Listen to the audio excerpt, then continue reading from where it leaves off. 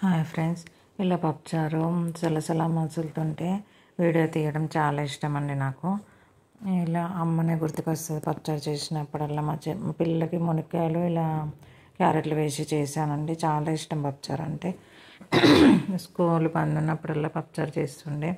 స్కూల్కి పెట్టుకపోతే అంతా ఉలికిపోతుంది కదా బాక్సులలో. మొన్న హాలిడే వచ్చిందని పప్పుచారు చేశానండి.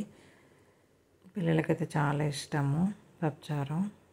ఈ డ్రెస్సులు మొన్న శిల్పారామంలో 500 అంటే తీసుకున్నానండి. ఎటైనా బయటకు వెళ్తే షాపింగ్కి వెళ్ళినప్పుడు వేసుకోవచ్చండి. ఇది కేరళ ట్రిప్కి వెళ్ళినప్పుడు 900కి ఏమో తీసుకున్నాను. అది అసలు వేసుకొని బుద్ధి అయితే లేదు. ఎక్కడ బయటకు వెళ్ళినా ఎవరి మీద చూసినా అదే డ్రెస్గా అనిపిస్తుంది. ఇది ప్యాంట్ ఏమంటే పిల్లో కవర్స్ అది క్లాత్ తెచ్చానండి. నేనే ఇంట్లోనే కుడతాను పిల్లో కవర్స్. మాది స్క్వేర్ షేప్లో ఉంటాయి పిల్లో కవర్స్. అవి దూది కుట్టిపించాము. ఇట్లా అవి 1 ఇయర్ అవుతుందండి తెచ్చి క్లాత్. అది సగం కుట్టి పక్కకు పెట్టి పెయింటింగ్ కూడా వేశాను నేనే.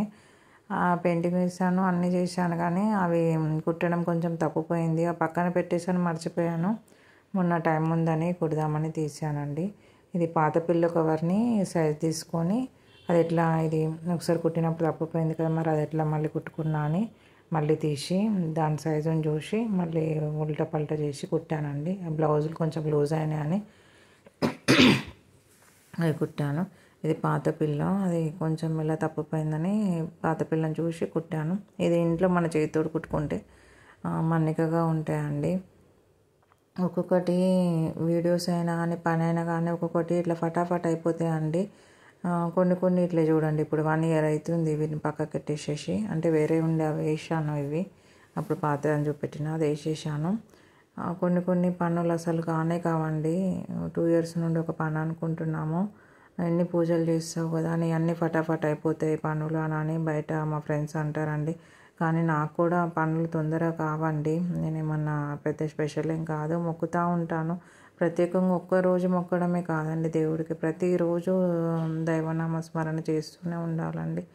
ఆ బాధను మన ఎవరితో చెప్పుకుని ఎవరు ఆర్చర్ తీర్చారండి. ₹1 లేకపోతే కూడా ఇవ్వరండి. అదైతే గుర్తుంచుకోవాలి.